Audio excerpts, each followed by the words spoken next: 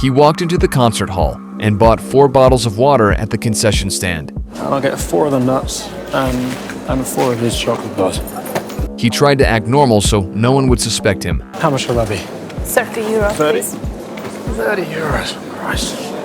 After the concert started, he sat and listened for a while. As soon as the first part ended, he quickly got up from his seat. At that moment, no one else was heading to the restroom, so he walked out alone. He had a medical walking boot on one foot. At security, the boot triggered the metal detector, but the guard let it slide, thinking he was injured. They just checked his bag and let him through. He used a lockpick to open a door to the staff area. Then he made his way to the upper levels of the hall. He reached the equipment floor. Below the floor was a system of narrow channels. The space was so tight, it only allowed crawling. It stretched in all directions like a maze. He had to follow the blueprint on his phone closely to make sure he didn't take a wrong turn. Soon he reached the area directly above the stage. He could see the stage below through the grate. He took off the special walking boot. It was custom designed days ago with his gunsmith. Inside was a gun ready to be assembled. Once assembled, he was fully ready. The 3-hour concert came to an end. He opened a bottle of water and took a small sip. That night, the venue would go into full lockdown. In 2 days, a major figure named UDC would hold a software launch on this stage. That person was his intended target. The next morning, he took out his credit card and began scraping it against an exposed metal pipe. Suddenly, he heard footsteps above him. Security was patrolling the upper level, but they couldn't see him from where they were. Outside the hall, the security team went into action. UDC brought in the world's most advanced scanners. These machines could detect not only metal, but also scan a person's internal organs.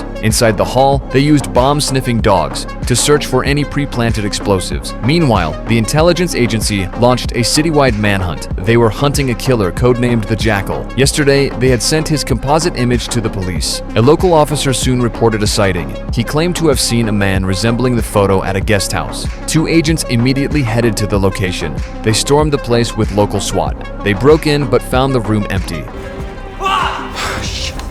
So they asked the officer for a more detailed description and created a new, more accurate sketch, which was distributed to law enforcement across the country, including airports, ports, and major transit hubs, as well as rental car agencies and event venues. But after a full day, they still found nothing. So the agents came to the concert hall in person and handed the Jackal's picture to the head of security. Okay, this can be very helpful. Yeah. There's also this. Who am I looking at? The Jackal. In one of his disguises. Seriously?